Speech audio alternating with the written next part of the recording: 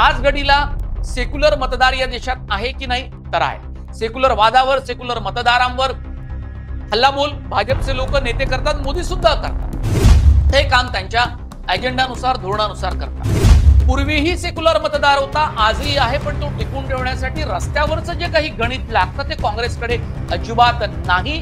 म्हणून बऱ्याच वेळा काँग्रेसची ध्येय धोरणं ही रस्त्यावर गणतात आणि काँग्रेसची जी काही अधोगती झाली ती याच कारणामुळे झाली। कर्पूरी ठाकूर आणि चरणसिंग चौधरी या दोघांना भारतरत्न या सर्वोच्च पुरस्काराची केंद्र सरकार म्हणजे मोदींच्या सरकारनं घोषणा केली।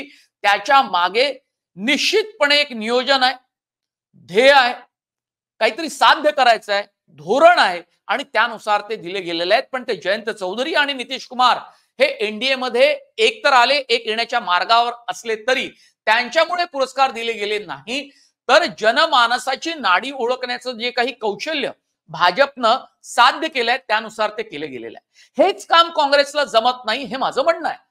काँग्रेस कुणाच्या विचारानुसार चालते तर उच्च विभूषित परदेशी विद्यापीठातनं डिग्री घेतलेले लोक, तरुण भाजपला, काँग्रेसला दिशा देण्याचं काम करतायत, ते फीडबॅक देत आहेत आणि ते जे काही फीडबॅक देत आहेत त्याच्या अनुसारच काँग्रेसचे नेते काम करतात। आज घडीला सेक्युलर मतदार या देशात आहे की नाही तर आहे। सेक्युलर वादावर, सेक्युलर मतदारांवर हल्लाबोल भाजपचे लोक नेते करतात, मोदी सुद्धा करतात। हे काम त्यांच्या अजेंडानुसार, धोरणानुसार करतात। पूर्वीही सेक्युलर मतदार होता, आजही आहे, पण तो टिकून ठेवण्यासाठी रस्त्यावरचं जे काही गणित लागतं ते काँग्रेसकडे अजिबात नाही। म्हणून बऱ्याच वेळा काँग्रेसची ध्येय धोरणं ही रस्त्यावर गणतात आणि काँग्रेसची जी काही अधोगती झाली ती याच कारणामुळे झाली।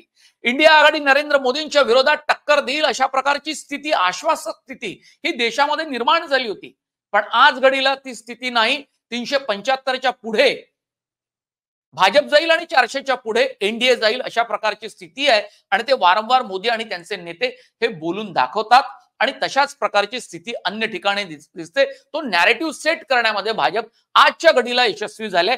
याचं कारण असं आहे की इंडिया आघाडीमध्ये जी दुफळी माजली आहे ती, जे निमंत्रक आहेत ते एनडीएच्या वळचणीला जाऊन बसले, असे नितीश कुमार पलटूराम झालेले आहेत आणि किती पक्षांच्या सोबत आघाड्या करतात आणि त्यांचं राजकारण आपण एकंदरीत पाहिलेलं आहे। पण काँग्रेसमधले जे कार्यकर्ते ते एनजीओ मधले कार्यकर्ते आहेत, त्यांना लोकांची नस पकडता आली नाही। जनभावना काय आहे, जनभावना कुठल्या दिशेने जाते त्यानुसार ते अजिबात काम करत नाही। राजस्थानच्या विधानसभा निवडणुकीमध्ये भारत आदिवासी पार्टी आणि सीपीएम शेवटपर्यंत ताटकळत राहिली, पण काँग्रेसचे नेते त्यांना पुसतही नव्हते।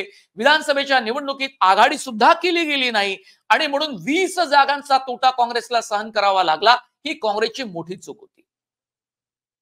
अशोक गेहलोत राज्याचे मुख्यमंत्री कित्येक वेळा होते, केंद्रातले नेते होते, जाणकार नेते, राहुल गांधींच्या सोबत असणारे, दोघांचं जमणं, दोघांचं नीट राजकीय कॅल्क्युलेशन सुद्धा चांगलं आहे, मेतकूट आहे।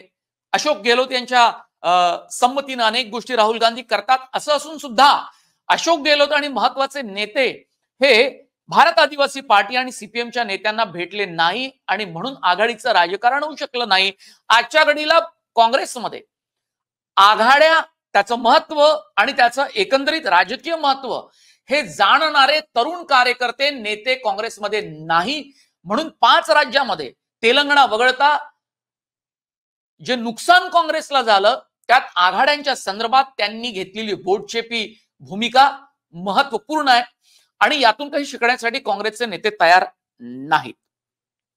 काँग्रेसमध्ये नवतरुण खूप आहेत, पण आघाडीचं राजकारण माहिती नाही। आघाडी आणि त्याच्या राजकारणाबद्दल गमभन सुद्धा त्यांना माहिती नाही आणि त्यामुळे अनेक ठिकाणी त्यांना नुकसान होतं।